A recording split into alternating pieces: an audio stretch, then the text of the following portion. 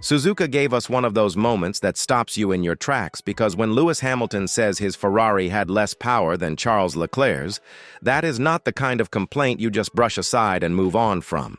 That is seven-time world champion territory. That is a driver feeling something very real inside the car, and when you combine that with the silence like he might keep it there. But that is where the story turned. The last 15 laps were brutal. Leclerc came through, Russell came back through, Norris arrived with more pace, and Hamilton went from third to sixth in a flash. What made it so striking was not just the positions he lost, but how quickly the performance vanished. This was not a slow fade. This was a collapse in straight-line speed that left everybody asking the same thing. What changed? Hamilton's own words told you how serious he thought it was. He was not talking like a driver who had simply worn the tires out. He was talking like someone who believed the car itself was not delivering what his teammate had. And in F1, that changes everything. Because if one Ferrari is stronger than the other on the same day, on the same circuit, with the same power unit, then you are no longer talking about a simple strategy problem. You are talking about a deeper issue that can shape the entire season.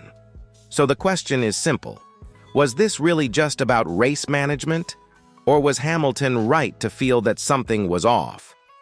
Drop your answer in the comments and make it a yes or no for me. Do you think Ferrari fully explained what happened, yes or no? And while you are here, subscribe and turn on notifications, because if Ferrari is already creating this much drama 3 races into the season, you already know this story is nowhere near finished. We are trying to push this channel to 3,000 subscribers, and every new subscription helps us get a little closer to the podium. And if you want to give the channel a bit of extra downforce, use super thanks or hype with any amount you like, because unlike those F1 tires, we are definitely not cheap to keep rolling. Now, the official explanation is where things get interesting, because Vasseur did not simply say Hamilton had an engine problem and leave it there. He pointed to something much more complicated, and that is where the real debate begins. What Vasseur came out and said after the race sounded clean, logical, and on the surface, it actually made a lot of sense. He pointed straight at the new 2026 energy system, and more specifically, the overtake mode that has replaced the old DRS. Now this is where things start to get really interesting, because in this new era of Formula One, power is no longer just about the engine behind you, it is about how you manage the energy flowing through the entire car. We are talking about a near 50-50 split between combustion and electrical power, which means if you get the energy deployment wrong, even slightly, you can go from attacking to completely exposed in a matter of laps. The key detail here is the 1-second rule.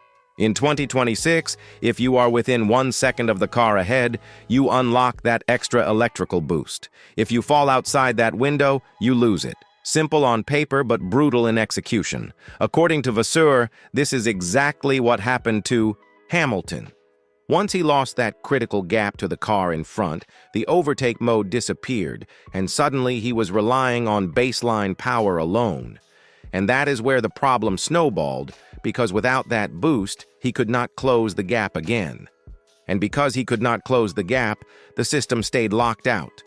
Lap after lap, the situation just got worse. It becomes what engineers call a negative feedback loop, but let's be real. From the driver's seat, it feels more like a trap. The more you lose, the more you keep losing. And once you are stuck in it, there is no easy way out. This is exactly why Hamilton looked so vulnerable in those final laps. It was not just that he was slower, it was that he had lost access to a key weapon while the cars around him still had it. Now here is where Leclerc enters the picture, because while Hamilton was falling into that trap, Leclerc was doing something very different. He was managing that 1-second window like a weapon. At times, he was even willing to let a car ahead just slip slightly in front through the final chicane, just to stay inside that activation zone. That way, heading onto the straight, he had the extra boost ready to go. That is not just driving fast, that is playing the system. That is thinking one step ahead, almost like a game of chess at 300 kilometers per hour.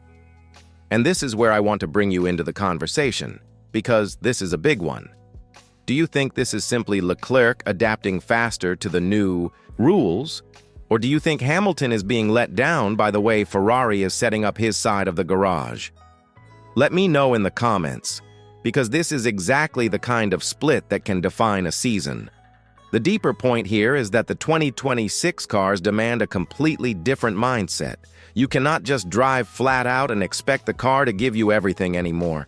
You have to constantly decide when to harvest energy, when to deploy it, when to hold back, and when to attack.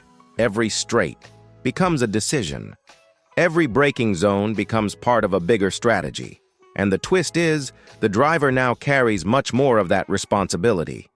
The pit wall cannot guide every move like before. You are on your own, making calls in real time at insane speeds. From Ferrari's perspective, this explanation ties everything together neatly. Hamilton lost the 1-second window, the overtake mode vanished, the cascade began, and the positions followed. Case closed, right? But here is the problem. Even if all of that is true, it still does not fully answer the original question Hamilton asked. It explains the situation, but it does not confirm whether both cars had identical power at every moment. And in Formula One, what a team chooses not to say can be just as important as what they do say. So now the story takes another turn, because when you look at the onboard footage, there is one small detail that starts to challenge this entire explanation, and once you see it, it is very hard to ignore. Now this is where things get really interesting, because the onboard footage from Suzuka shows something that Vasseur never mentioned, and once you notice it, it completely changes how you look at Hamilton's loss of power. We are talking about a tiny detail, something most fans would never even pay attention to during a live race. But in 2026, it tells you almost everything about what the car is doing in that exact moment. Look at the rear rain light. In these new cars, that light is not just for visibility anymore. It flashes when the car is harvesting energy, meaning when it is taking energy back into the battery instead of deploying it. So in simple terms, if the light is flashing, the car is not giving you maximum power, it is recharging instead. And when you compare Hamilton's car to Leclerc's during those critical laps, there is a clear difference. Hamilton's light is flashing longer on the straights, which means he is spending more time harvesting, while Leclerc is switching earlier to full deployment. That right there is massive, because it suggests that at the exact moment Hamilton needed maximum power to defend, his car was still recovering energy, while Leclerc's was already pushing everything it had. Same machinery, completely different output, all decided by timing, not hardware, not a broken component, a decision, a fraction of a second that changes everything, and this is where the pressure of the 2026 regulations really hits. Drivers now have far more direct control over how that energy is used. Through steering wheel inputs, deployment modes, and manual overrides, they are constantly choosing between harvesting and attacking. It is not automated like before. It is not something the pit wall fully controls. It is happening in the cockpit, in real time, under pressure, at over 300 kilometers per hour. So let me ask you this, because this is where opinions start to split. Do you see this as a driver mistake, or just an incredibly difficult system that even someone like Hamilton is still adapting to? Drop one word in the comments for me: driver, team, or system. I really want to see where you land on this, because if this is down to timing and decision-making, then it introduces a completely different narrative. It is no longer about Ferrari giving one driver more than the other. It is about who is extracting more from the same tools. And right now, in that specific moment, Leclerc executed it better. He stopped harvesting earlier, deployed at the perfect time, and created a gap that looked like a power difference from the outside. But here is the twist that keeps this story alive. Even if you accept that explanation, Even if you say, okay, Hamilton just got caught out in that moment, it still does not fully close the case. Because why was he in that vulnerable position to begin with? Why did losing that 1 second window hurt him so much more? And that is where the bigger Ferrari problem starts to come into focus. Because this is not just about one moment at Suzuka. This is about a pattern that has been building since the start of the season, and it might explain why that drop from 3rd to 6th felt so sudden and so unstoppable. This is where everything connects, because even if you accept the overtake mode explanation, even if you accept that Hamilton may have mistimed his energy deployment in that moment, there is a much bigger issue sitting underneath all of it, and that is Ferrari simply does not have the same power as Mercedes right now. Not close. Over 3 races, the pattern has been clear. Mercedes has the edge in qualifying, they carry that advantage into the race, and on tracks like Suzuka, where straight-line efficiency matters, that gap becomes brutal. Ferrari's problem is what engineers call early clipping. The electrical energy runs out before the end of the straight, which means the car stops accelerating while others keep pulling. Imagine doing everything right, through the corner, getting the perfect exit, only to watch the car ahead just disappear, because they still have energy left and you do not. That is exactly what has been happening. And when you combine that with losing access to overtake mode, like Hamilton did, it is not just a disadvantage, it is a complete collapse in competitiveness. So now go back to that moment in Suzuka. When Hamilton dropped outside the 1 second window, he did not fall back to an equal baseline with the others. He fell back to a car that was already struggling on the straights. That is why the positions came so quickly. That is why it looked so dramatic. It was not one issue, it was multiple layers hitting at the same time. Energy management, timing, and a fundamental power deficit all stacking against him at once. And here is where it gets even more important for the season ahead. Ferrari knows this. They are already working on changes to the power unit, trying to fix the deployment and recover that lost performance. There are strong indications that upgrades could arrive soon, and inside Hamilton's side of the garage, there is already another key change coming with a new race engineer to improve communication and decision-making during races. That alone tells you Ferrari believes there is more performance to unlock, especially in how Hamilton is managing this new system. Now, the big question is whether he can adapt fast enough.